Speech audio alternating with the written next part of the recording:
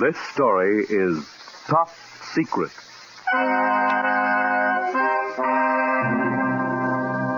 Top Secret, starring beautiful Ilona Massey as the Baroness Karen Geza in transcribed stories of international intrigue and espionage, brought to you each week at this time by NBC.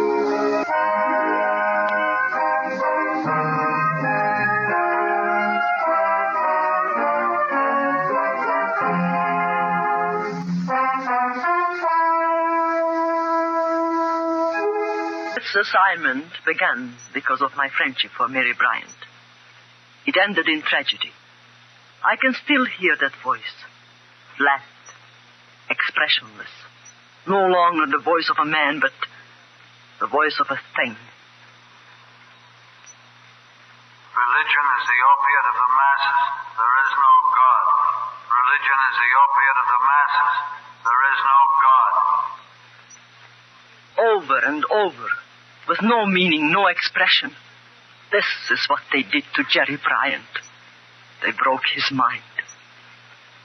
I was given the assignment of finding Jerry Bryant and bringing him back because of a letter. A letter written to Mary, his wife. A strange, mysterious letter which no one could understand. There was evil in it, and danger. A danger that was intangible, unseen. 2 months ago, at 11 in the evening, my telephone rang.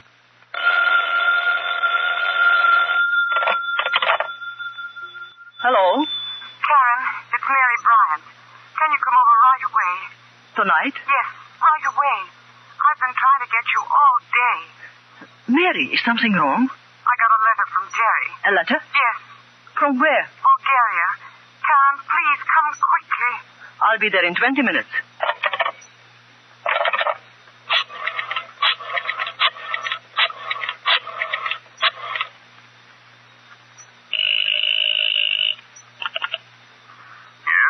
Mr. Hall. Yes.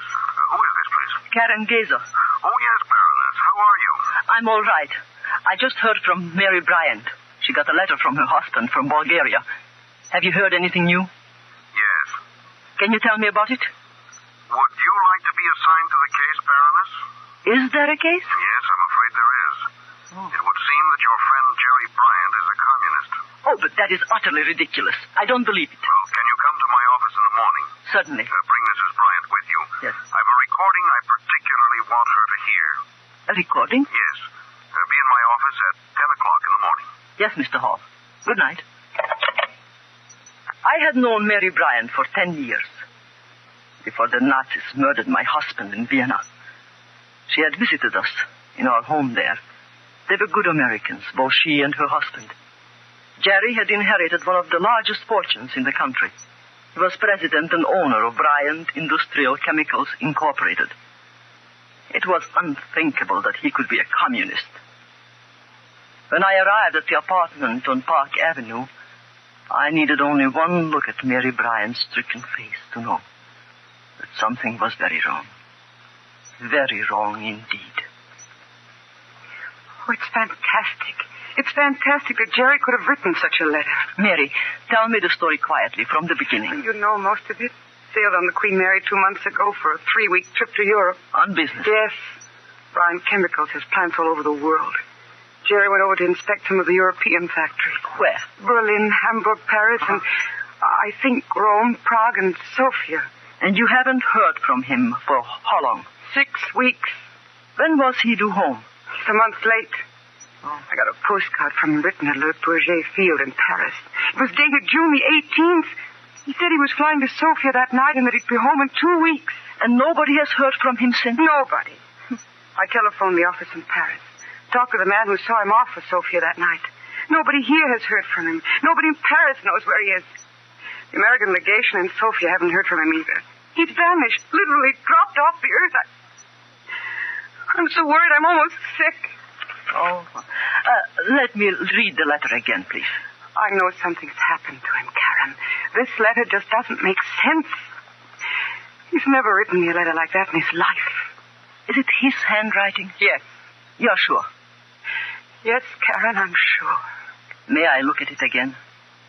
She handed me a letter, a single sheet of plain white paper, in an envelope postmarked Sofia. The sentences were short and stilted.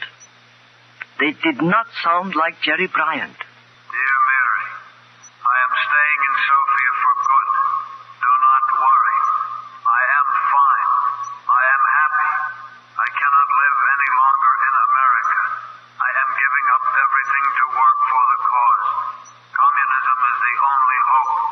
Don't try to communicate with me, Jerry. It's insane. It's absolutely crazy. Mary, intelligence assigned me to find Jerry. Oh, Karen, I'm so glad. My chief, Mr. Hall, wants to see you. We are to go to his office tomorrow morning at 10 o'clock. Of course, Mrs. Bryant, you understand that it is possible the letter is genuine. Mr. Hall, will you stop saying that, please? There is no possibility the letter is genuine. He was forced to write it. I know he was forced to write it. I know that he couldn't write a letter like that of his own free will. I agree with Mrs. Bryant. I know her husband, too. He couldn't have written that letter. I would like you both to listen to a recording. We monitor Radio Sofia as a matter of course. A week ago, the announcement was made that a Mr. Jerome Bryant, president of Bryant Chemicals Incorporated, would make a speech later that evening. A speech? The recording, which I'll play for you, is an actual transcription of the broadcast as it was made in Sofia. I'd like to know whether or not this is your husband's voice. Have you heard this, Karen? No. It's rather a shocking record, Mrs. Bryant. Truth everywhere can be known. This is Jerome Bryant of New York City. Yes, it's him. I'm speaking from Sofia. Speaking to the world so that the truth everywhere can be known. I was a Wall Street warmonger. I am or was a member of one of the richest families in America. What's What he I'm saying? talking about I know, and I swear it is the truth. Day after day I attended meetings held behind closed doors, meetings at which Wall Street millionaires planned in human life their dealings in suffering, in blood. Oh, he's crazy. They've Americans driven him do not crazy. care how much blood is spilled as long as the dollars keep rolling in. I myself has participated in discussions where the subject was how much money could be made out of selling arms and ammunition to the poor half-savage natives to kill themselves with in civil war. You can prove my story by going down to the foot of Wall Street where it meets with Broadway. Right at the end, looking down that street of greed, is my office. Right at the end of Wall Street where it meets Broadway, facing east. Shut it off. That is where I have Shut it myself off. planned how much money I could make out of human life. Just sickening. At the foot of Wall Street, corner of Broadway. Do you know what building faces east? Building? What building? The building where those meetings were supposed to be held is Trinity Church. That day, I began my preparations to go to Sofia and get Jerry Bryant. Intelligence took care of the details. Passports, visas, papers, Communist Party card, a letter of introduction from an American communist, whose name I cannot tell, but who is in reality one of our most trusted agents. I had one last interview with my chief, Grenville Hall. Well, Baroness, I guess we've thought of everything. Yes, except my contact in Sofia. He has a dozen names, a dozen professions. At the moment, he is a porter in the Royal Hotel. Oh. His name is Daudet, Franz Daudet. He was born in France, now is a naturalized American and one of our best operators. You will contact him by a number. A number? He has in his possession a U.S. $1 bill. The number is A12132068F. A12132068F. Right. Remember it, don't write it down. If we can get Jerome Bryant back here, we can prove that every so-called communist confession in the past has been extorted. I'll do everything I can. I know you will. But remember, this is completely unofficial, completely. In espionage, there is no protection in danger. No recognition, even in death. I know that, Mr. Hall. And I know, too, that my first mistake will be my last. That night, I flew to London. The next day to Paris and on to Sofia. I had a complete set of forged papers and also an American passport for Jerome Bryant. I had money, a great deal of it. 2 days later, I was in a room at the Royal Hotel. As a precaution, and so that I would have at least one friend in this strange, unfriendly, nervous city, I searched out Franz Daudet and asked him to come to my room. Porter? Yes, mademoiselle? Come in. Is there some way in which I may assist, mademoiselle? That depends. On what? On how much money you want. Mademoiselle speaks in riddles. Perhaps a dollar bill. An American dollar bill. Go on, mademoiselle. With a number. 12. 13. 20. 68F. Right. Who are you? U.S. intelligence, assigned to Sofia.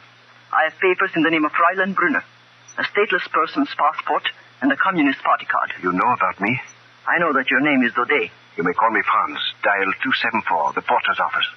What is your assignment? To find a man named Jerome Bryant, a United States citizen. Then followed a month of total inaction. The long, slow struggle that only a spy can understand. Every move had to be considered. I began to make contacts with important communists. I began to collect information about the Ministry of Political Integrity. The commissar was a man named Maniloff. How I made friends with him does not matter. In espionage, as in love and war, all is fair. It took bribe money and a lot of it to find out that Jerome Bryant was being held a prisoner in the experimental wing on the ministry building in downtown Sofia. At the end of 2 months, Comrade Maniloff was in love with me. I encouraged him in every way I knew, and I know many, many ways. At last, after some rather strong drinks, he himself brought up the subject I had been wanting so long to discuss. You know, I've been wondering if you might be able to help me. Oh, Yuri, you have only to ask me. You know that. We're having some difficulty with an American prisoner, a man named Jerome Bryant. Yuri, do not talk about your business. Have some more wine. And this is important. Dr. Musiewski has been experimenting with him. Hypnotism done electrically. Hypnotism? He has been making broadcasts for us, excellent broadcasts. But lately, something seems to have happened to him. He keeps calling for his wife. I thought perhaps that... That what? That you might be able to comfort him a little. In these experiments, the subject's every whim must be gratified. We want the surrender to seem self-induced. I understand. Leave it to me. Come down to the ministry in the morning. I will show you a few of our patients. We're very anxious that the experiments on Bryant be successful. I could hardly conceal my excitement. It had been so easy, so absurdly easy. The next morning, I went to Maniloff's office. He took me into the east wing on the second floor. I had been expecting a prison. Instead, behind 2 heavily locked doors was a bare wooden corridor. 20 rooms opened off this, 10 on each side. Comrade Maniloff showed me some of the cases. You might be amused at the woman in number 7. She loves to have people look at her. She was formerly very devout. Of course, since religion is merely an additional instrument of class dominance, men will soon not need it to reconcile themselves to life. Of course. Here is her room. Do not speak to her. Just stand in the door a moment. Dr. Musiewski has been working on her, but something went wrong. We are afraid she will not recover. Marriage will give place to a free union between man and woman. Marriage will give place to a free union between man What's the matter with her? We don't know. She goes like that all day. Free union between man and woman. Over and over. It never stops. Some mistakes are to be expected. Of course. Marriage will Goodbye. to a free union between I believe she's deaf, too. Yuri, this is very uninteresting. Come and see Mr. Bryant. You say he's an American? Mm-hmm. We are striving for complete domination over his mind. Something has snapped. Dr. Musiewski is giving him a treatment now. We hope to be able to bring him back. Now, this is it, number 14. Who is it? Comrade Maniloff. Come in.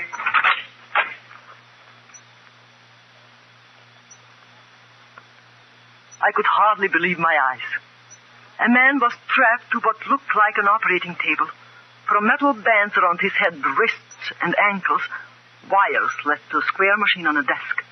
I bit my lips to keep from saying his name. It was Jerome Bryant. His hair was matted and uncut. His face was pasty white. His eyes were closed. It took a tremendous effort to remain casual, disinterested. The machine made a low, humming sound that seemed to fill the room. Comrade Brunner will be glad to help you, Doctor, if there's anything she can do. Yes, of course. I'm nearly finished with him. Just half an hour today. He keeps calling for his child. His child? I believe he may mean his wife when he uses the word baby. Oh. Perhaps when he regains consciousness, you might try to soothe him a little, talk to him gently. The sound of a woman's voice might prove beneficial. This machine is still experimental. We wish to dominate the mind without causing insanity, and sometimes the smallest details help. Are you finished the treatment? In a few moments. I'll be in my office. We can have lunch when you're through, huh? Yes, Yuri. I'll see you later. I wish to give him a little more. America is bad. America is bad. True honesty is found only in the proletariat. True honesty is found only in the proletariat. Religion is the opiate of the masses. Religion is the opiate of the masses. Speak to him. What shall I say to him? Something from the party line. Speak quietly. Go ahead. Democracy is intolerant and decadent. Democracy is intolerant and decadent. Good. Sometimes they will not react to any voice but mine. We wish the ideas to become a part of the personality, not a hypnotic state. Is he kept like that for long? No, he's had enough for today. How often do you do this? Every day for an hour. Is he in pain? No. We send a very light oscillating current through his temples and wrists. It is the gland injections that cause the delirium. Talk to him yourself. Tell him you are taking the place of his wife, that she does not love him anymore. You can leave the details to me, Doctor. Yes, I'm sure we can. You see, we wish him to make a special broadcast. Oh? When? The day after tomorrow at night, 8 o'clock in the old opera house. We would like him to sound perfectly natural, as though the speech was his idea, not ours. Baby. There it is again, baby. I'm sure it is his wife. Say something. Jerry, darling, I'm your baby now. Smell my perfume. I'm your baby. Come on, smile for me. Well, smile. I will leave you with him. You are doing splendidly. Your face is so hot, Jerry. Oh, poor baby, smile at me. If you want me, I will be across the hall. All right. Jerry, darling, smile at me. Jerry. Baby, I'm sick. I'm so sick. Jerry, look at me. It's Karen. Karen, open your eyes and look at me. Marriage will give place to a free union between man and woman. Marriage will... Jerry, what have they done to you? Jerry, listen, it's Karen. America is bad. America is... No, Jerry, that's not true. I'm your friend. I'm Karen, Mary's friend. Mary? Mary's safe in New York. Yeah. Jerry, listen. Can you understand me? Yes. They want you to make a broadcast. Not tomorrow night, the next night. Do you understand that? Yes. Do exactly what they ask. I'll try to come with you. Tell them you want to see me tomorrow, and that you want me to come to the broadcast. Do you understand? True honesty is found only in the proletariat. True honesty... No! Jerry, no! Jerry, open your eyes. Yes, that's it. Now look at me. Look at me. I'm Karen. Yes. If I can get you out of this building, I can get you home. Do you understand that? Yes. Well, who am I? America is bad. America Jerry, is please, bad. please. America is trying to buy the world's Stop respect it. with money. Stop it, Jerry, America listen to me. is trying to buy the world's respect with Jerry, money. no. America is Jerry, trying to no. buy the world's Jerry, I'm Karen. money. America... Stop it. Stop it. Come in. You wanted me, mademoiselle? I've been phoning you for an hour. At this hour, the hotel is busy. I'm sorry. It was unwise to come to your room sooner. Franz, I have seen Jerome Bryant. Where? They are holding him a prisoner in the Ministry of Political Integrity. Prisoner? Yes, and he's sick, very sick. Listen, I haven't much time. Maniloff is taking me to dinner. He'll be here any minute. The day after tomorrow, Wednesday, they want Jerry Bryant to speak at a political meeting in the old Opera House. The old Opera House. A car will leave the ministry about 10 to 8. 10? They'll have to drive down Slavianska Street. Yes. Right at the park, at the corner of Shipka Street, there must be an accident. Can you get a car? I think so. I have many friends. If you have to, buy one. I can give you any amount of money. Oh, I will need it. Even gasoline is $2 a gallon. Manilov's car is a black Mercedes. Bulgarian license. 807CH8. 807CH8. Yes. There's a stoplight at the park corner. Have someone watching. Then you drive out of Shipka Street on their signal. Fast. Hit us hard. If possible, hard enough to make Manilov's car unfit to drive. Leave it to me, mademoiselle. It will have to happen very fast. In the confusion, I will get Jerome Bryant out of the car. How? I have a gun. If there is shooting and if the plan goes wrong, you will be finished. I will be unable to help you then. It can't go wrong. It can't. I have many friends, mademoiselle. In this country, under the communists, there are only two kinds of people. Those who love communism and those who hate it. Believe me, I have many friends, and I will have a taxi waiting at the corner. Wednesday night. At 7:45. Jerry, are you all right? All right. The doctor is coming. We are going for a drive in a car. Do you understand that? A drive? Yes. And there will be an accident. Accident? I told you. We have planned it. The minute it happens, you've got to get out of the car quickly. Do you understand? Understand. The very instant it happens, quickly. I'll be right beside you. Who are you? Karen. I'm Karen. I'm your friend. My friend. Shh. Here he comes. Well, Mr. Bryant, how are you feeling tonight? Hello, doctor. Tonight? Oh, you look very nice, Mr. Bryant. Shaved, dressed, very nice. She's my friend. Of course she is. And I am your doctor, remember? Comrade Manilov is downstairs with his car. We're going to take you to the Opera House, and you are going to make a speech, aren't you? Yes. Good. Take us all around. Yes. And remember, Mr. Bryant, we are all your friends. We are all very fond of you. We left the building, and we drove down Slavianska Street through light traffic. As I had planned, Jerome Bryant and I were in the back seat. Manilov was driving. The doctor sat beside him in the front. When we got to the corner by the park, I saw a man on a bicycle wave his handkerchief. A blue Ford shot out of Shipka Street and crashed into us.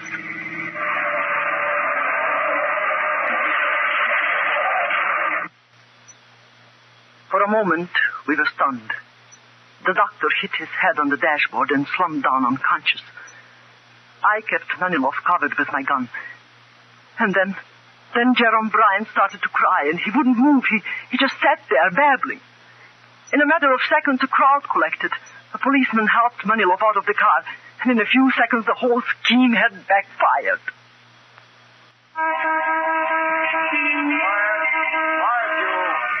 Yes, sir. Lock them both in a cell for tonight. In the morning, they're to be brought to my office in the Ministry of Political Integrity. Yes, sir. And guard the woman well. She's not what I thought. Yes, sir. I will not forget this, Fräulein Brunner. Take them away, quickly. Your friend, comrade. Have an ambulance come for him, quickly. And take them away. Take them away. All right, you two. Move. Please do not hurt me. He's ill. Very ill. Wounded woman is crossing the war. Lean on me, Jerry. A wounded woman Take is my arm. crossing the war. Will you shut up? Will you stop it? Stop it. Baroness. What did you call me? That car over there, take it. Here are the keys. I work for Franz Tutti. Oh, thank God. When you're through with the car, leave it parked in front of the American legation. 3 hours later, Jerome Bryant and I were on a plane to Paris. The next day at noon, we took off from Paris for New York. And late that night, Jerome Bryant was at home in his bed. But that is not the end of the story. His mind wouldn't clear. I visited him yesterday. Mary took me up to his bedroom. Karen, wait. Before you go in. What is it, Mary? He's no better. None at all. Mr. Page is with him. Mr. Page? Yes, our minister. Oh. Seems to soothe Jerry when Mr. Page reads to him. He reads him little stories and the Bible. We don't know if he understands them or not. But we've got to get his story from his own lips. We've got to prove that all these confessions are phony. Shipkoff, Mincenti, Vogler. The fact that the man in there on that bed was once president of Bryant Industrial Chemicals will prove what he's been through. Yes, but don't you... Mr. Page is reading to him. Oh, not my head with all my cup runneth over. Surely goodness and mercy shall follow me all the days of my life, and I will dwell in the house of the Lord forever. Jerry, Karen's come to see you. Hello, Jerry. Say hello to Karen, darling. Say hello.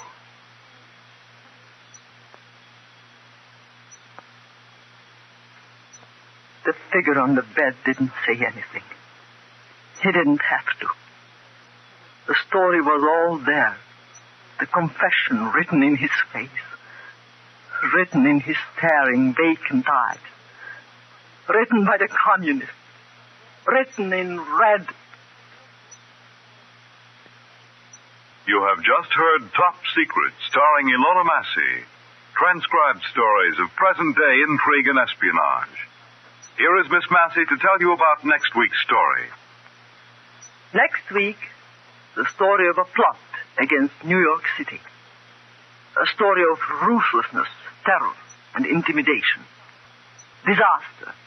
Next week on Top Secret. Top Secret is written, directed, and produced by Harry W. Junkin. The music was composed and conducted by Dr. Roy Shields. This is Fred Collins speaking.